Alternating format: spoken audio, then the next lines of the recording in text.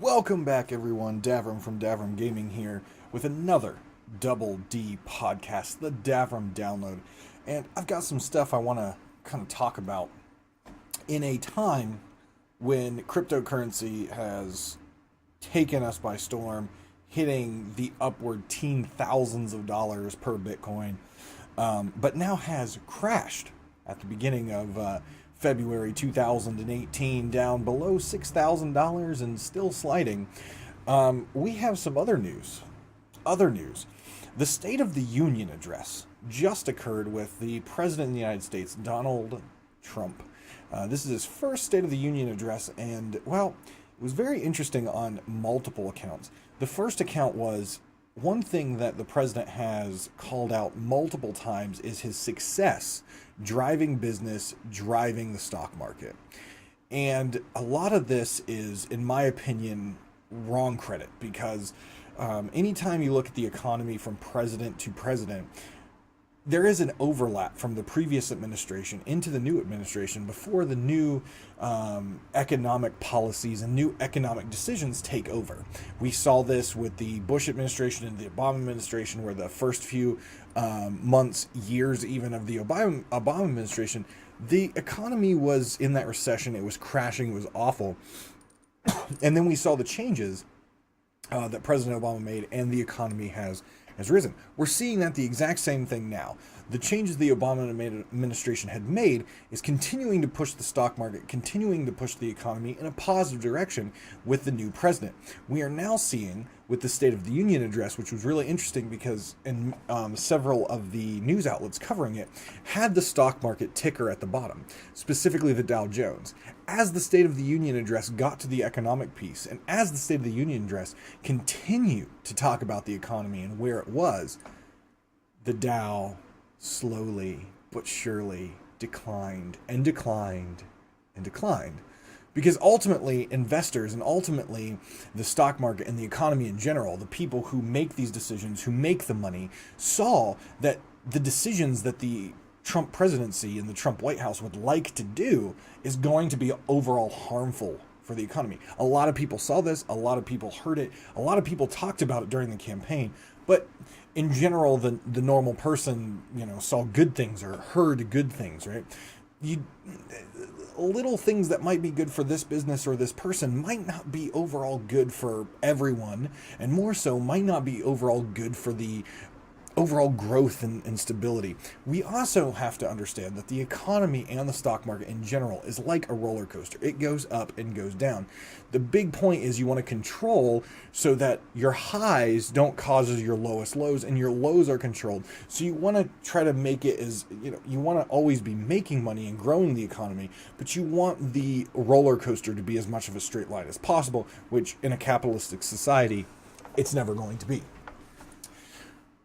But that's aside the point, which was quite interesting to watch that Dow ticker drop and drop and drop as he continued to talk about his economic policies, which is so great and so awesome, right?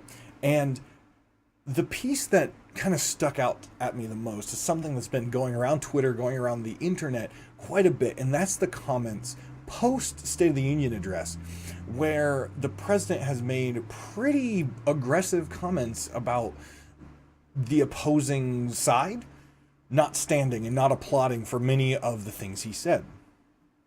And the exact verbiage that he used was, these folks who didn't stand, didn't support what I said, are un-American and are even treasonous. Now, those are pretty big terms. Un-American, okay, whatever. Everyone knows how I feel about the term American, right? We have North and South America. Everyone that lives in those two land masses are Americans, in my opinion. The egotistical idea that anyone in the United States is an American, yeah, you're an American because you live in North America. Right? A lot of people disagree with me on that, but in general, and it's because of the worldview and it's because of our egotisticalism that we've developed, that anyone in the United States is an American and anyone else in North and South America are just members of those countries, not American. It seems silly to me, right? It seems silly. I identify as a citizen of the United States of America, not necessarily as an American because of terms and, words. But The idea of treason. Treason being someone who is going against their country. This seems very odd to me from a president. A GOP president, though, not all Republicans and not all GOP members agree with him. Obviously, there's a lot of people out there outspoken against him on his party. But this sounds very interesting to me from someone who is very proud and cheering on Paul Ryan, one of the congressional speakers, when President Obama gave a State of the Union address, and instead of clapping, sat there on camera with his hands crossed in his lap and kind of giving weird faces all night.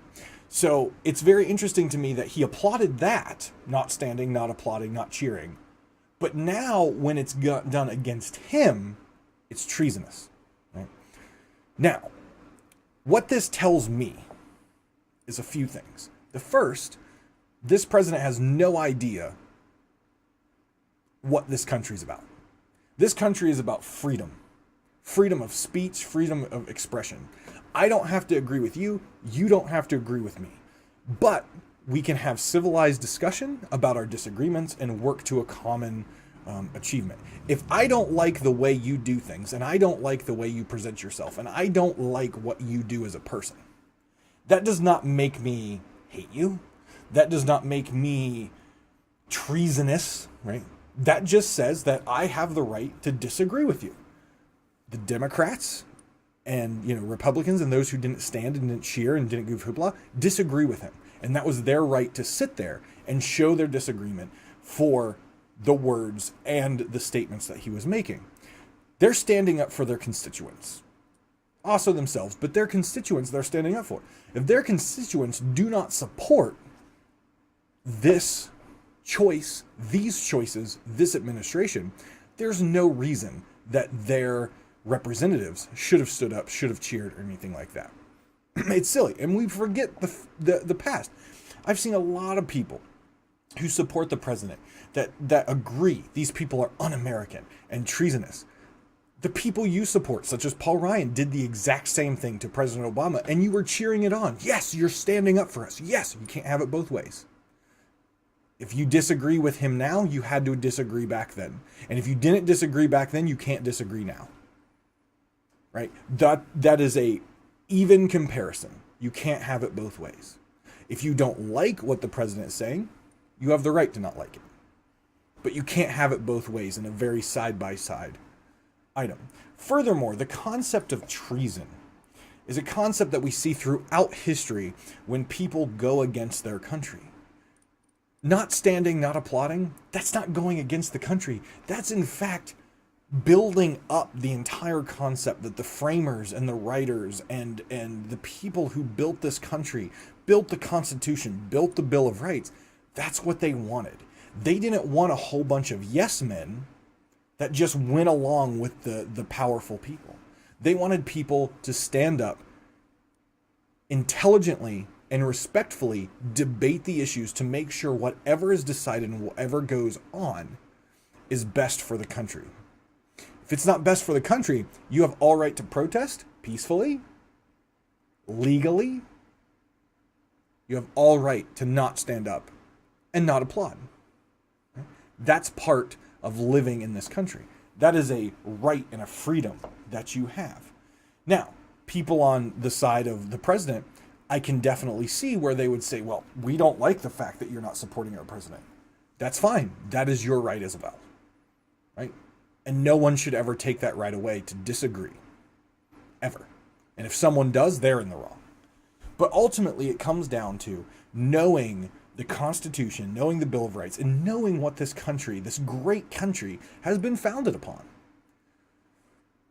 On a PR stunt, because we know how much Trump cares about what the media says about him. We know how much he cares about what other people view about him and say about him.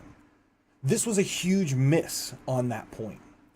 For over a year now, when he announced his candidacy for president, people referred to him as another Hitler, the next coming of a Stalin or a Putin, or someone who puts down the people and says his way or the highway. If you don't agree with him, get out. If you don't agree with him, you're going to prison. If you don't agree with him, we're going to ship you across the border or something like that, right?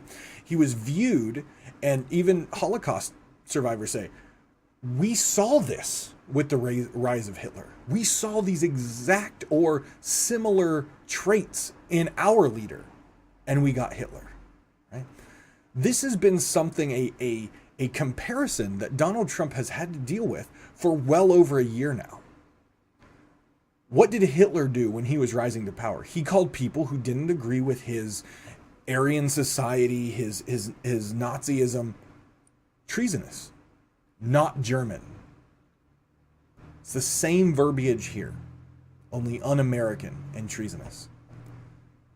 Had Donald Trump really done his research about what people are critical about him in, and really made fun of him in, and really a black spot on his candidacy, he would have realized that choosing a different set of words would have been better. He would have realized that these folks are just using their right to the laws and the foundings of this country. And he would have maybe not said, well, you know what, you guys did the right thing, you don't agree with me, that's fine. You don't have to say that, right? Because you're trying to get an agenda pushed. But you don't go down the same line that people have accused you of for over a year and a half and make the same mistakes and the same mistakes and the same mistakes and letting your mouth get you in trouble. Another black spot on this president and another black spot on him as a person. I'll tell you, I've been reading Fire and Fury, and we're going to do a book review once I finish it. I'm almost done with it. I strongly suggest, if you are any person that follows American politics, is interested in Donald Trump as a person, is interested in how he got where he is as the president of the United States over the campaign and the first 100 to 300 days of his campaign, the first year of his campaign, or first year of his presidency, read the book. Even if you're a Trump supporter, read the book. Right? I didn't know a lot of the stuff that went on behind the scenes. There were some things that I said, it's a pretty damn good idea. And then there were other things that absolutely disgusted and just terrified me about things that he said, or people that advised him said, or even people who are helping to lead that White House said. It's a very interesting read. Now, it's not in stone, right? There were a lot of questions that I feel like the author missed, or questions that they didn't ask properly. And that's fine. He was writing a book. He wants to sell copies of the book. That's his living. He posed questions the way he wanted to, just like anyone who writes a book, to get his point across. So it's not the God-given truth, right? It's not written in stone, but it gives you an interesting perspective on what goes through the mind of Donald Trump as the president of the United States. And it's very fascinating. If you are interested in that book, if you're not a huge reader like me, I got it on audiobook through Amazon. And I strongly suggest that. Amazon gives you a free 30-day trial of their audiobook services, which I believe still includes one free book. So you could use that one free book to get this book and listen to it. And if it's not your style of, audiobook type thing where you're driving in the car or something, you can always cancel it. But I will leave a link in the description of the video below if you are interested in trying the audiobook series, and, signing up for it. It helps the channel. I won't lie. It does help the channel.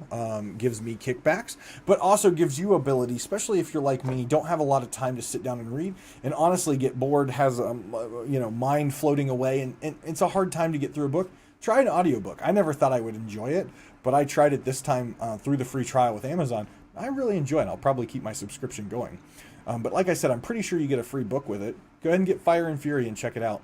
But I just wanted to talk a little bit about the State of the Union address, my thoughts on it. Obviously, I didn't support Donald Trump.